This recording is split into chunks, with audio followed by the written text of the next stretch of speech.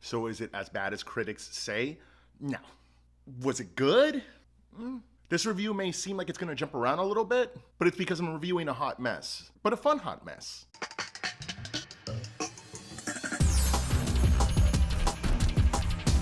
So I was curious to see what Sony was going to be doing with this. They had a few good Spider-Man movies, but then after messing it up again and again and again, they finally were like, you know what, Marvel? Here, bro, you do it. And Marvel did a solid Spider-Man movie. So I was worried if this was some knee-jerk reaction of Sony just saying, you know what, forget it, we want to do it again now. Kind of like a hold my beer, and then something bad happens. So Venom is a movie based on one of Spider-Man's biggest villains. I mean, this guy's awesome. Tip number one, the marketing is not lying to you. The studio said Spider-Man's not in this at all, letting you know, don't go in there expecting some sort of surprise at the end or anything. Nope, Spider-Man's not in this movie at all. So the movie starts with some really cool action and a really good vibe going.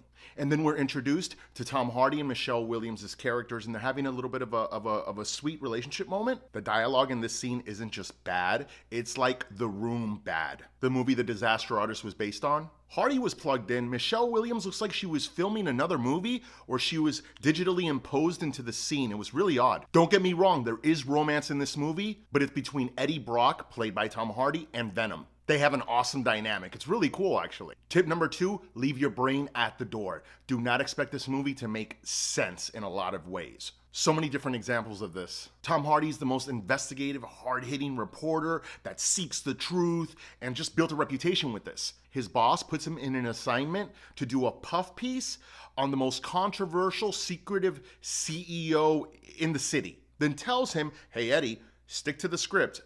Really? People have to go into a building and they have to make sure not to be detected or seen. They walk in casually. They don't even wear hats. And are there not surveillance cameras? There's a lot of rough editing, characters completely changing their views in the very next scene with no explanation. Yeah, I mean, this is fun. Just don't take it seriously, man. Just enjoy the ride.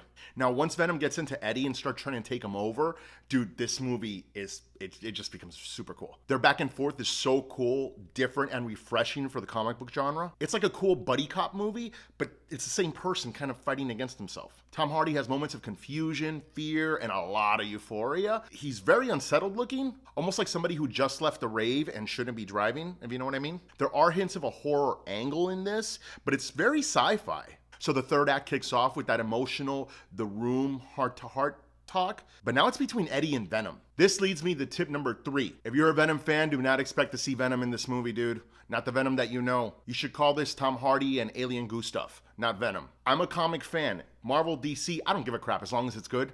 And I'm not uptight when you want to make adjustments to the source material. Crap, the one big Spanish guy in comic books is going to be put on the big screen and they give it to an actor that's not Spanish. I didn't have a problem with that because the guy did well. By the way, that was also played by Tom Hardy.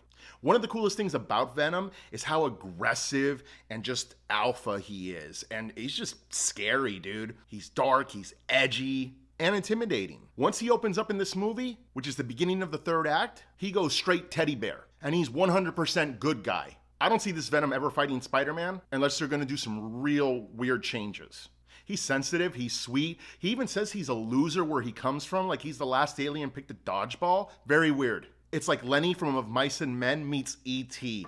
All I would think about was like the Iron Giant, Big Hero 6. Yeah, comic fans might have a hard time with this part. So the movie does finally start acting like a comic book movie, but not the ones we like. I'm talking before Batman Begins, Dark Knight, Iron Man kind of changed everything. This is like some Ang Lee Hulk stuff. If you don't remember that movie, it's because the goal when you left the theater was pretty much to forget it, so good job. And the final battle scene was so CGI cluttered, it made a Michael Bay Transformers fight look clear as day. And that's saying something. Guys, this movie had some thoroughly enjoyable moments, but when it was bad, it was like Daredevil Hulk bad. Tom Hardy straight up made this movie.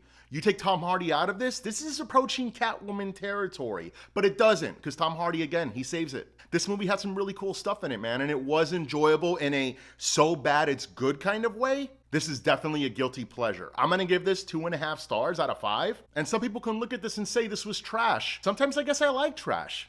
On a side note, there is another version of this movie that's out there with a lot better editing, a lot better storytelling, a way better script, and it's R-rated. You just gotta look for it, it's out there. Guys, I hope you enjoyed my review. Please make sure if you did, hit the like button. Also subscribe and hit the little bell so you get notifications. Thanks again for watching.